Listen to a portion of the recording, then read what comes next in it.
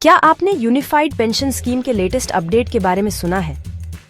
अगर आप एक गवर्नमेंट एम्प्लॉई हैं तो यह बहुत बड़ी खबर है, खासकर अगर आप अपनी रिटायरमेंट के बारे में सोच रहे हैं या अपने परिवार के फ्यूचर के बारे में चिंतित हैं। तो यह रहा कि क्या बदला है।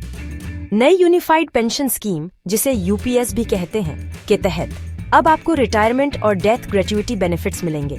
इसका मतलब है, जब आप रिटायर होते हैं या अगर भगवान न करे आपको कुछ हो जाता है तो आपके परिवार को एक लंप सम पे आउट मिलेगा।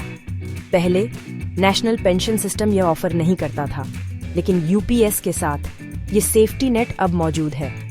आइए इसे समझते हैं। रिटायरमेंट पर आपको एक वन टाइम ग्रेच्युइटी पेमेंट मिलती है।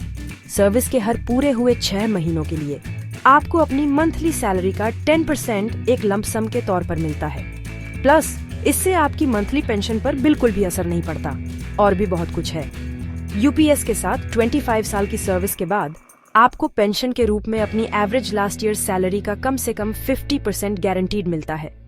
भले ही आपने सिर्फ 10 साल सर्विस की हो, फिर भी आपको कम से कम Rs10,000 प्रति माह की पेंशन मिलेगी।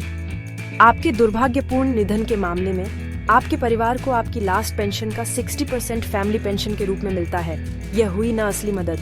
यह मत भूलिए, आपकी पेंशन पर डियरनेस रिलीफ भी है, जो आपको इन्फ्लेशन से बचाती है। याद रखिए, अब आपके पास यूपीएस और एनपीएस के बीच चुनने का ऑप्शन है, लेकिन एक बार जब आप चुन लेते हैं तो वापस नहीं जा सकते। अगर आप 30 सितंबर तक डिसाइड नहीं करते हैं तो आप ऑटोमेटिकली एनपीएस के साथ रहेंगे। तो एक पल लीजिए, अपने फ्यूचर के बारे में सोचिए और एक इन्फॉर्म्ड चॉइस कीजिए।